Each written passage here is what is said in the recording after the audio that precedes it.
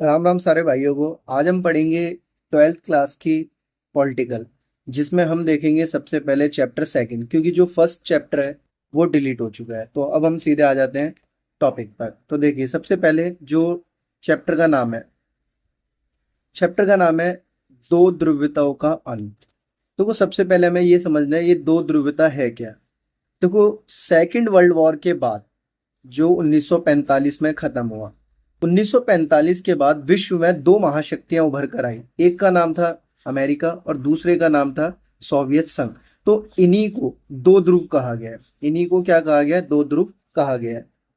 लेकिन यहाँ पे अंत भी लिखा है। अब यहाँ पे जो दूसरी महाशक्ति थी यूएसएसआर, इसका अंत हो गया। इसका क्या हो गया? अंत हो गया। तो इस चैप्टर में हम इसी के बारे में पढ़ने वाले हैं। यानी हम इसकी विशेषताएं, इसकी कमियां और इसके अंत के पीछे क्या कारण था, ये सारी चीजों को हम इसमें क्या करेंगे? पढ़ेंगे। तो देखिए, हमारा जो टॉपिक शुरू होता है वो होता है बर्लिन की दीवार से।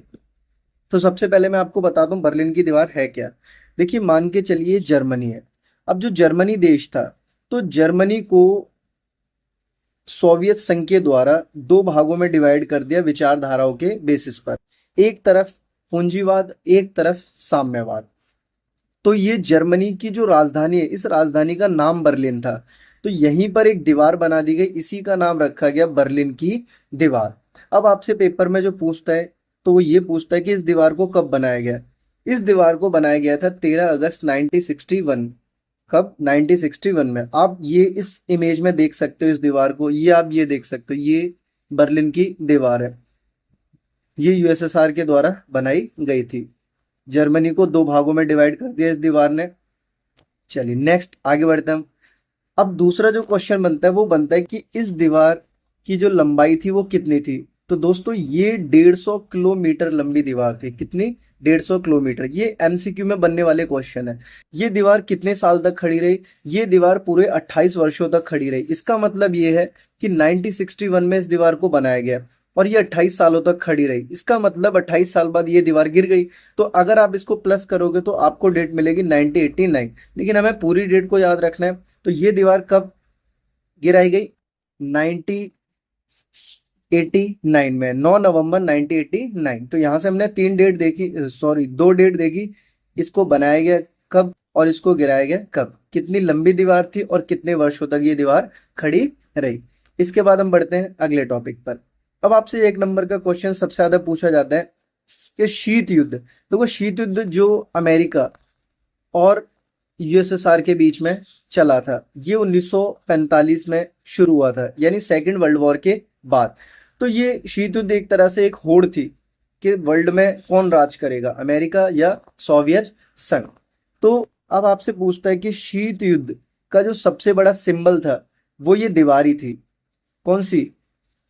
बर्लिन की दीवार। क्योंकि इस दीवार के गिरने के साथ ही शीत युद्ध का भी अंत हो गया।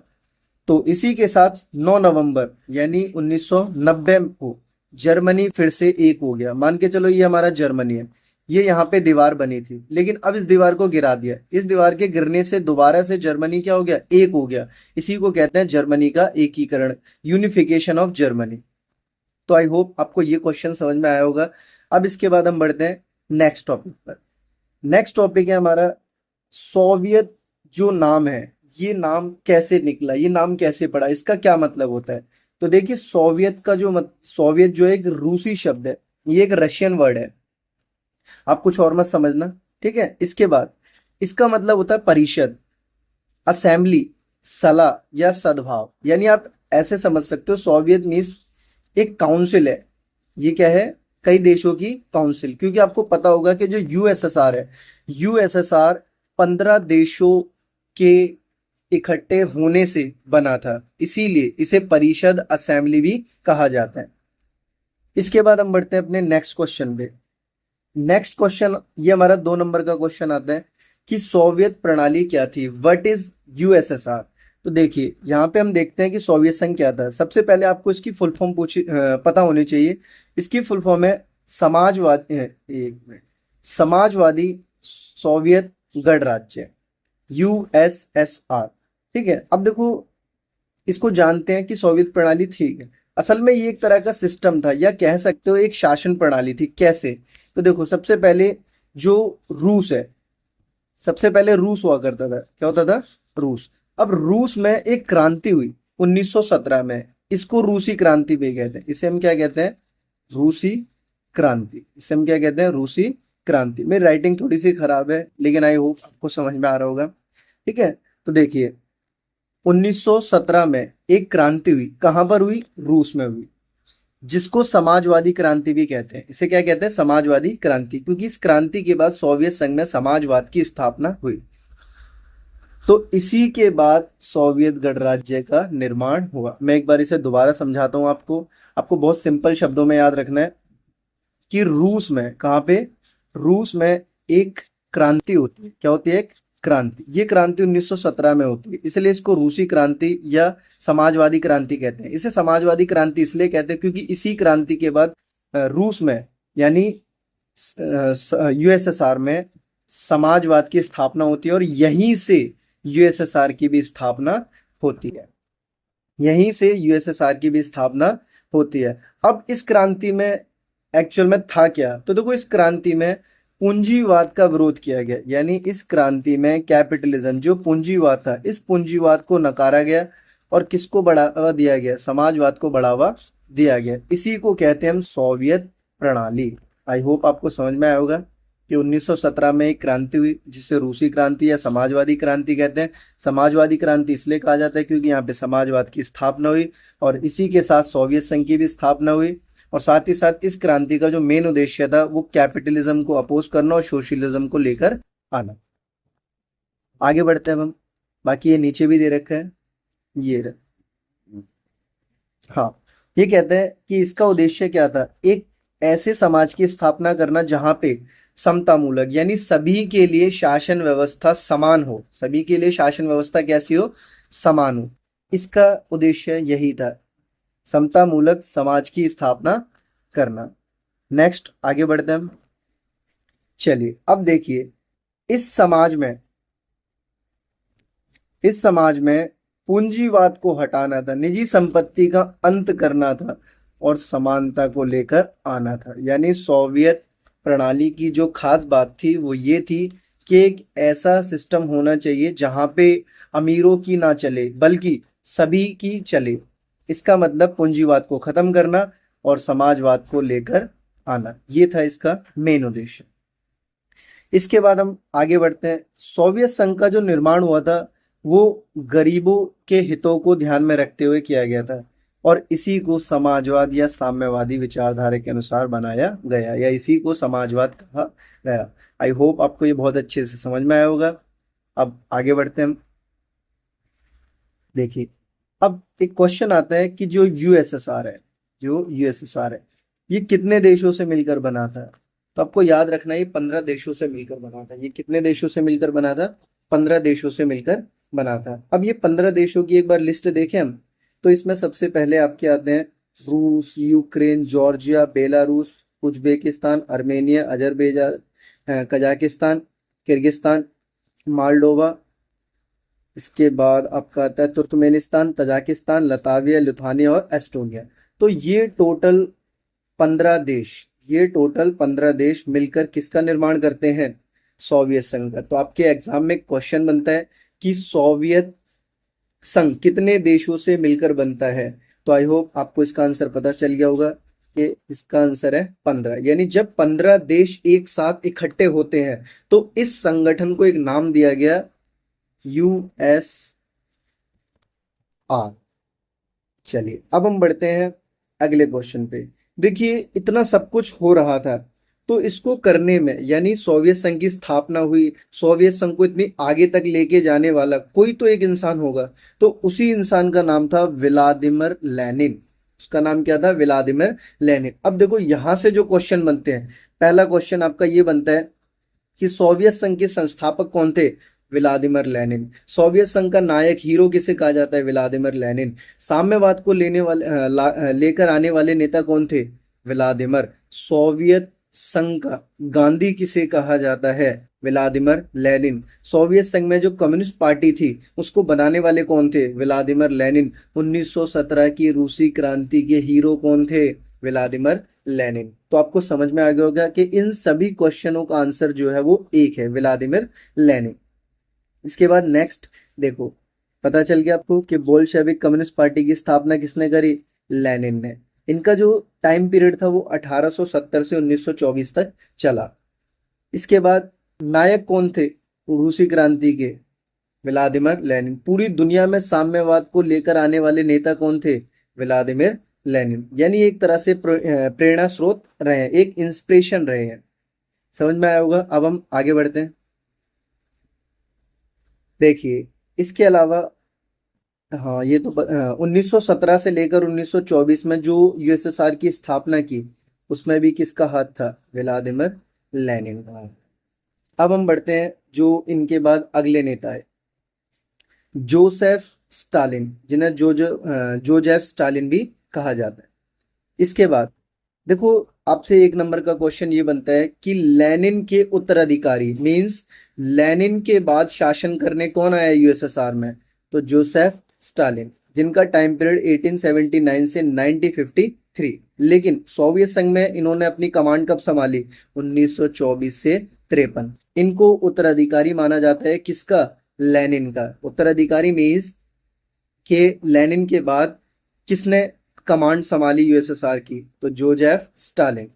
नेक्स्ट, इन्होंने औद्योगिकरण को तेजी से बढ़ावा दिया। औद्योगिकरण मीन्स कि इन्होंने सबसे ज्यादा फैक्ट्रियां वगैरह लगाई जिससे ज्यादा से ज्यादा लोगों को रोजगार मिल सके। साथ ही साथ इन्होंने खेती पर भी जोर दिया। इनका मेन उद्देश्य है खेती को बढ़ावा देना, साथ ही साथ इंडस्ट्री, यानी दोनों को बैलेंस करके चलना, दोनों को एक साथ लेकर चलना, जिससे ज्यादा से ज्यादा जल्दी सोवियत संघ का विकास हो सके, ज्यादा से ज्यादा लोगों को रोजगार मिल सके। साथ ही साथ जो दूसरा विश्व युद्ध जीता गया था, तो वो दूसरा विश्व युद्ध जो चला था वो आपका चला था 1939 से लेकर 1945। ठीक है। तो इस विश्व युद्ध को जीतने में सोवियत संघ की तरफ से जो हाथ था वो किसका था? Joseph Stalin. ये आपसे एक नंबर का क्वेश्चन पूछ लेता है कि दूसरे विश्व युद्ध में जीत का क्रेडिट यूएसएसआर की तरफ से किसको जाता है? जोजेफ स्टालिन को जाता है। नेक्स्ट हम देखते हैं। नेक्स्ट कहते हैं कि 1930 के दशक में, आपको पता होगा कि 1930 के दशक में पूरे वर्ल्ड में बहुत ही खतरनाक, जिसे कहते हैं कि अर्थव्यवस्था पूरी तरीके से, पूरे वर्ल्ड की अर्थव्यवस्था चरमरा चुकी थी। यहां तक कि आप कह सकते हो अमेरिका तक जैसा देश इसमें क्या हो गया था? आर्थिक मंदी का शिकार हो चुका था। और भी इसमें बहुत सारी चीजें हुई थी। तो ये कहता है कि 1930 के दशक के भयानक आतंक, पार्टी के अंदर अपने विरोधियों को कुचलने और तानाशाही रवैये के लिए किसे जिम्मेदार ठहराया जाता है? Joseph Lenin. यानी जब इनका शासन आया तो इन्होंने अपनी पार्टी के अंदर कहीं ना कहीं तानाशाही को बढ़ावा दिया। जो भी इनका विरोध करता था उनके लिए एक ही सजा थी कि उनको कुचल दिया जाता था। साथ ही साथ इनके अंदर तानाशाही देखने को मिली। यानी इनका शासन कैसा था कि ये चाहते थे कि लोग मेरी बातों को सुने, लोग मुझे माने, जो मैं कहूं उस चीज को लोग फॉलो करें। लेकिन लोगों को सब कुछ देने की गारंटी इन्होंने अपने ऊपर ले रखी थी। मतलब कहने का ये कि एक तरह की तानाशाही थी कि मैं तुम्हारे लिए सब कुछ करूंगा लेकिन बस तुम्हें मेरा कहना मानना है। तो इस तरह की तानाशाही देखने को मिली।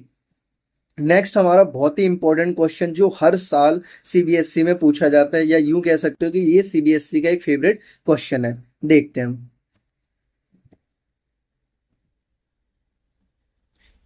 देखिए, अगला जो क्वेश्चन है वो है सोवियत संघ की विशेषताएं। यानी आखिर सोवियत संघ जो इतना पावरफुल था, यानी ये अमेरिका को टक्कर दे रहा था, तो तो जाहिर सी बात है कि कुछ ना कुछ तो इसकी विशेषताएं रही होंगी। तो अब हम देखते हैं उन विशेषताओं को। तो सबसे पहली जो विशेषताएं देखते हैं हम, सोवियत संघ की संचार प्रणाली बहुत ही कुशल थी। सोवियत संघ की संचार प्रणाली बहुत ज्यादा कुशल थी। इसका मतलब ये होता है कि सोवियत संघ में कम्युनिकेशन सिस्टम बहुत स्ट्रांग था।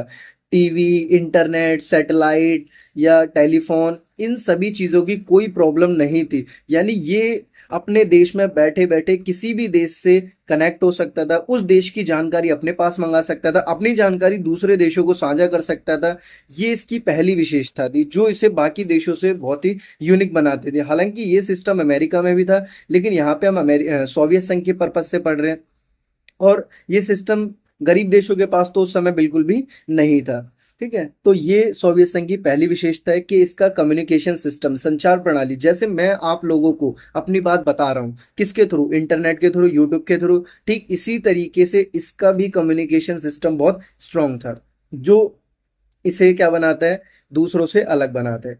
दूसरी जो इसकी विशेषता थी कि इसके पास अपने खुद के विशाल ऊर्जा संसाधन थे। ऊर्जा संसाधन मीन्स जैसे इसके पास तेल के भंडार होना, लोहा, खनिज, इस्पात, इन सभी चीजों की कोई कमी नहीं थी, जबकि भारत के पास अभी भी ये चीजें इतनी नहीं है, हमें ये चीजें दूसरे देशों से लेनी पड़ती है। जैसे अगर खनिज पदार्थ की बात करें तो खनिज पदार्थ जिन्हें हम कहते हैं नेचुरल रिसोर्सेज, ठीक है, तो नेचुरल रिसोर्सेज वो रिसोर्स होते हैं, खनिज पदार्थ वो पदार्थ होते हैं जो हमें प्रकृति से मिलते हैं, जो हमें प्रकृति से मिलते हैं, उन्हीं को हम कहते हैं खनिज संसाधन।